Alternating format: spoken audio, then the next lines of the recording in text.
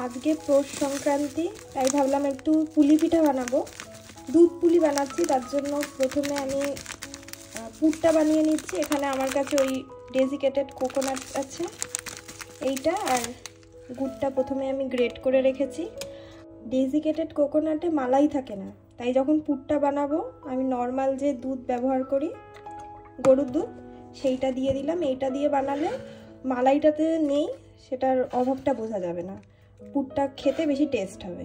তো এইটা প্রথমে আমি 10 মিনিট মতো মাখিয়ে রাখবো।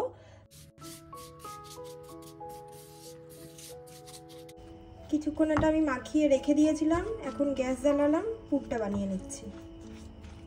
এই নারকেলের পুরে আমি একটু আন্দাজেই মিষ্টি দিলাম, যেহেতু আমি পিঠাটা দুধে ভেজাবো তাই তখন অ্যাডজাস্ট হয়ে যাবে। আমি শুকনো নারকেল দিয়ে পুরটা বানালাম, তাই খুব তাড়াতাড়ি আমার পুরটা রেডি হয়ে গেছে। এবার গ্যাসটা অফ করে এটা ঠান্ডা হতে দেবো। এরপর চালের গুঁড়ো দিয়ে ডোটা আমি বানিয়ে নেব। তার জন্য 1 কাপ জল আমি ফুটতে বসিয়েছি, তার মধ্যে সামান্য পরিমাণ নুন দিয়ে নিলাম।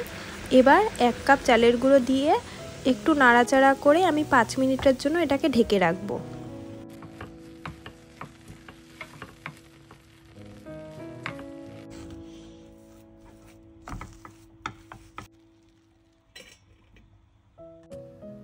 কিছুক্ষণ পর এটাকে আমি একটা থালার মধ্যে নামিয়ে নিচ্ছি, আর হালকা গরম থাকতে থাকতেই এবার এই চালের গুঁড়োটাকে আমি মেখে নেব।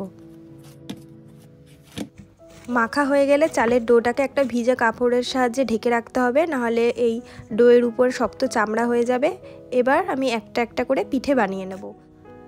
যে যেমন পিঠের সাইজ খেতে চায় সেই হিসাবে একটা চালের ডো নিয়ে সেটাকে শুকনো চালের গুঁড়োর মধ্যে মাখিয়ে হাতের সাহায্যে এরকম ছোট্ট মতো একটা বাটি শেপ করে নিয়ে যেই পুরটা আগে থেকে বানিয়ে রেখেছিলাম নারকেলে, সেটা মাঝখানে দিয়ে সিল করে দিলেই কিন্তু পুলি পিঠে রেডি। শুকনো চালের গুঁড়ো দিয়ে প্রথমে আমি এটাকে স্মুথ করে নিচ্ছি, তারপর হাতের একটু চালের গুঁড়ো মাখিয়ে এইভাবে বাটির মতো শেপ করে নেব।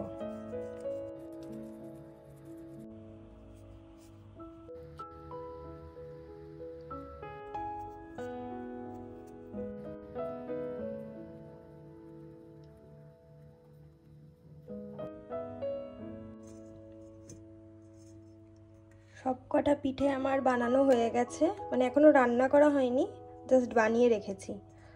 আর এই দুটোকে বানিয়েছি, এরা হচ্ছে পিঠেকে পাহারা দেবে। ছোটবেলায় মা ঠাকুমাকে দেখেছি এগুলো বানাতে, তাই আমিও একদম শেষে আমার মনে পড়েছে যে এইগুলোকে তো বানানো হয়নি, তাই সবার শেষে এই দুটোকে বানিয়ে দিয়েছি। 1 লিটার দুধ আমি ফুটতে বসিয়ে দিয়েছি, যেহেতু আজকে আমি দুধ পুলি বানাচ্ছি।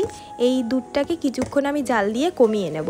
আর অন্যদিকে কিছু পিঠে আমি ভাপেও বসিয়ে দিয়েছি। এই ভাপানো পিঠা খেতেও কিন্তু খুব ভালো লাগে। আর এই পিঠে খাওয়ার জন্য অল্প একটু পাটালি গুড় আমি জল দিয়ে ফুটিয়ে নিয়েছি, এটা দিয়েই এই পিঠে খেতে খুব ভালো লাগবে।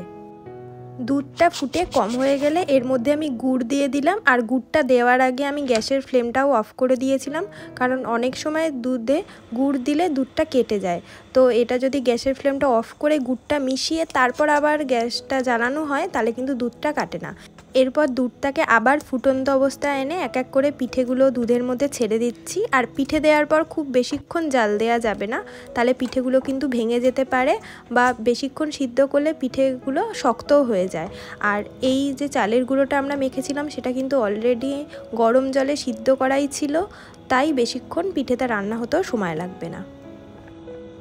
খুব সাবধানে এই সময় পিঠেগুলো নাড়াচাড়া করতে হবে, কারণ পিঠেগুলো এই সময় খুবই নরম থাকে। পিঠেটা আমার রান্না করা প্রায় হয়ে গেছে, এবার গ্যাসটা আমি অফ করে দেবো। আর কার বাড়িতে কী কী পিঠে হলো সেটা অবশ্যই জানাবেন। তো পিঠেটা গরম থাকতে থাকতেই আমি একটু সার্ভ করে নিচ্ছি, আর আপনাদেরকে কেটেও শেষে একটা দেখিয়ে দেব। আমার পিঠেটা কেমন হলো সবাই অবশ্যই জানাবেন। তাহলে আজকের ভিডিওটা আমি এখানেই শেষ করছি, দেখাবে নেক্সট দিন অন্য আর একটা ভিডিওতে। ততক্ষণের জন্য টাটা।